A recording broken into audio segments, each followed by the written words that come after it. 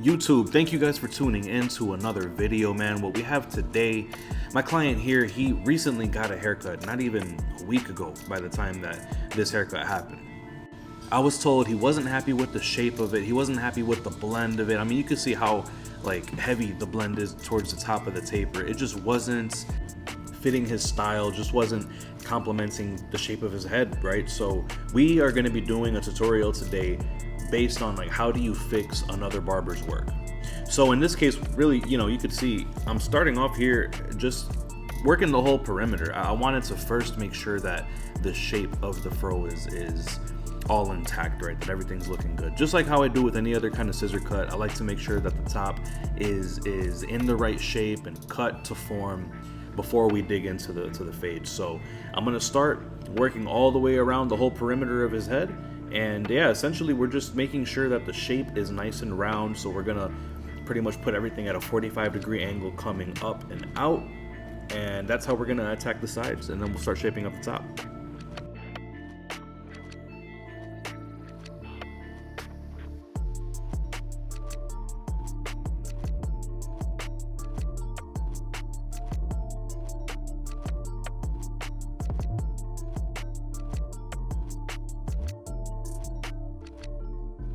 Now this part right here is definitely based on the consultation that you have with your customer, your client.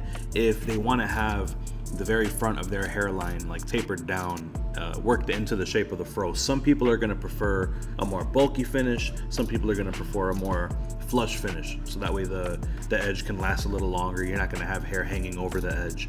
So check with your client, see how they feel about that first.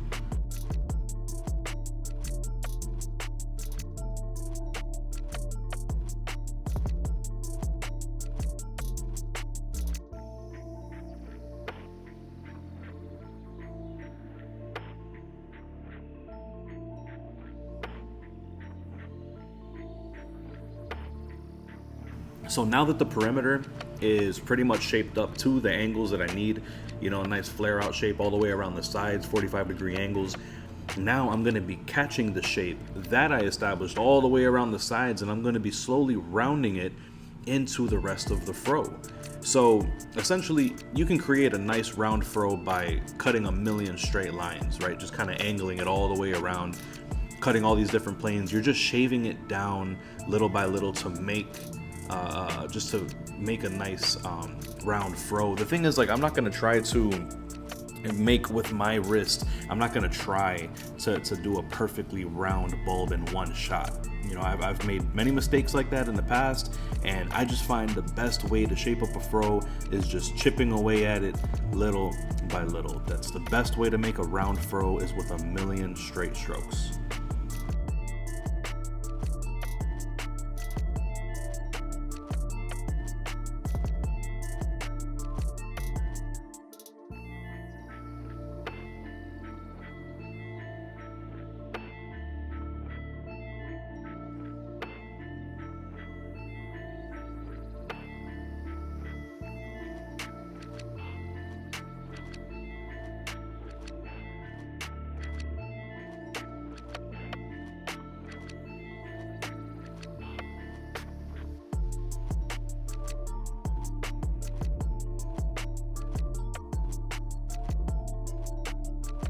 So y'all can see how that shape came together. I feel like it all balanced out really, really well. What I'm doing here with this 1.5 guard is I'm just attacking the weight mainly that the previous barber left. Honestly, this client probably would have been happy if the previous barber would have just done this step right here. We're not having to go and create a whole new blend. I'm not having to go in and set new guidelines necessarily, because he just got this haircut. I'm really just finishing the work that the previous barber did. So that's why I'm going in here with this 1.5, just to manage some of that weight. And yeah, we're just gonna keep on rocking.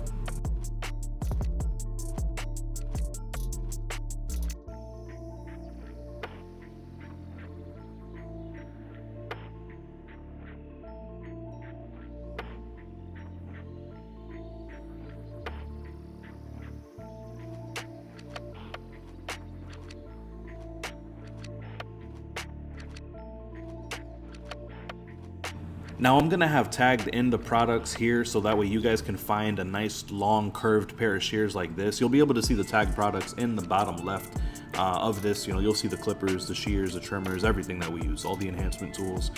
But find you a nice pair of curved round shears. You see with this, I definitely do my best with the clippers to my ability, but I'm not gonna stress it if I missed a couple corners here and there, because I know I'm gonna be able to follow up right nice and easy with these shears. And the curved blade is what helps me so much with maintaining the roundness.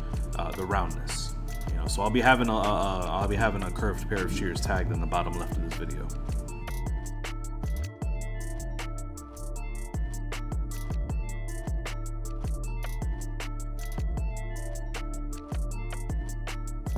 So as far as the lineup goes, you all know already by now that I'm a big fan of enhancing at the same time that I'm lining up.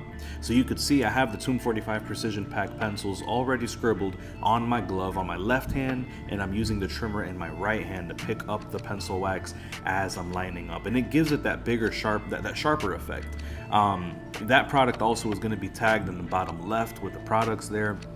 And it's not only for enhancement purposes. You know, I definitely am a fan of using the pencil sometimes just when darker hair is on top of darker skin. Sometimes it's harder to naturally see that contrast, and if you're not gonna create the time to do a whole lot of extra skin prep, the shampoo, the liquid spritz and razor, and have all this residue on the client's skin, I'm not a fan of using that liquid razor too much. So I keep it real simple, man. I'm just gonna get right into it, and this method is the easiest way that I've been able to do. You know, quick, efficient, easy, and it looks great. You know, even if a client doesn't want to have an enhanced look on their edge, you can still wipe away this wax at the end of it. You know, but if they're a fan of it, then you could leave it. Totally up to you. And again, that's where consultation comes in.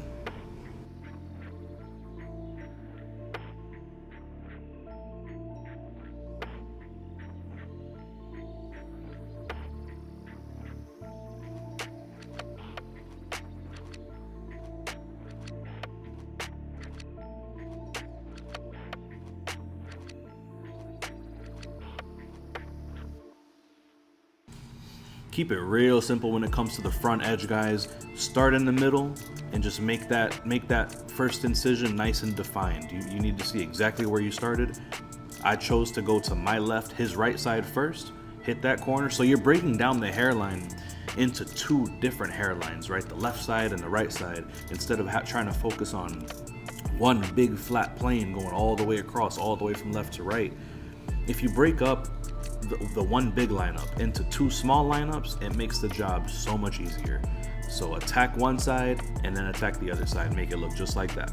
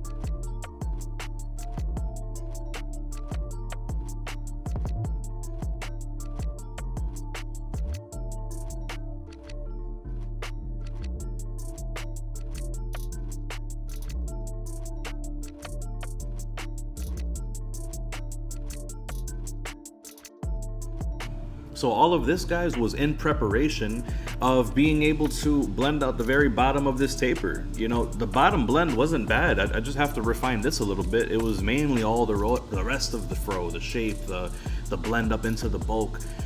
Now, since the hair's already so short, I'm not setting new guidelines in either, right? I feel like I would have messed it up if I would have gone in and tried to do like a bald guideline and then a clipper open guideline. No, I'm just gonna go in here and work all the way closed and just notch by notch by notch work my way a little higher, a little higher, a little higher. And that's how we're gonna get this blend done today. Because again, it's not like a transformative blend that we're doing today. This is a maintenance cut correcting a previous barber's work.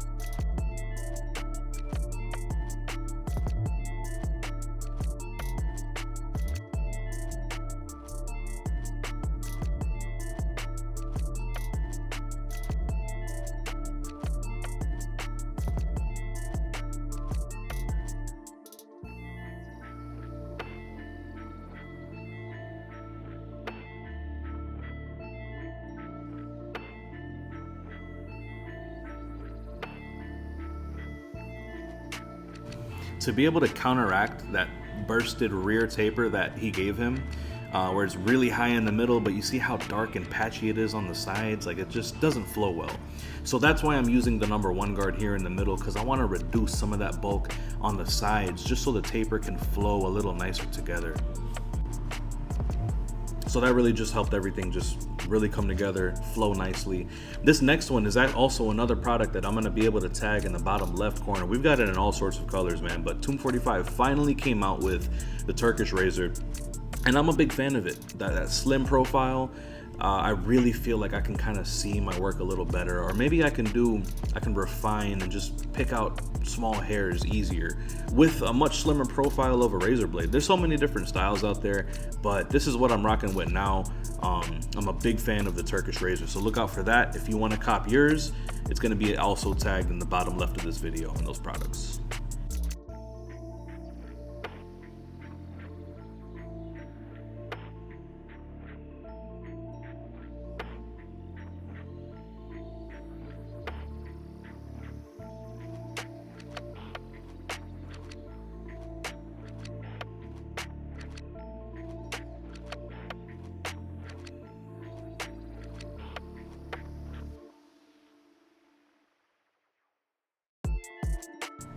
You guys see how I was brushing away, some of the excess pencil there? That's kind of what I was telling you, how you don't have to have, you can just use the pencil as a tool to be able to easier see the lineup that you're doing. You don't have to have them leave with a chalk line all the way around their head.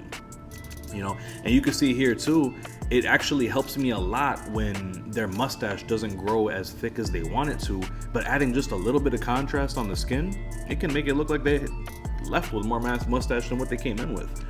And these are the enhancement tools. You're also going to be able to find these tagged in the bottom left here, but we're going to be using the no drip color.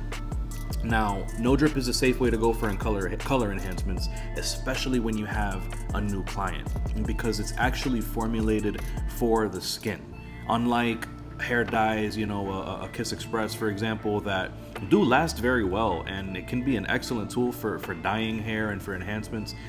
But if it's not tested on the client's skin first, it can be a hazard. I've found clients who have been allergic to that it makes their skin itch, just for men. Stronger colors like that, that comes later on down the line if a client requests it specifically. Do your patch tests, but no drip is the safe way to enhance your client's hair.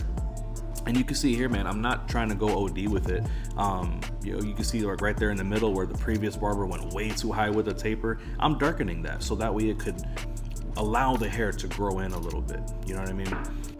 But I'm a big fan of how this transformation was able to happen. It was like a non-transformative transformation. I don't know, let me know what you think, but you see how bulky and weird the shape of the taper and the fro was, and this is how I had my client leaving, man. I really feel like his confidence level was boosted. I was a big fan of it.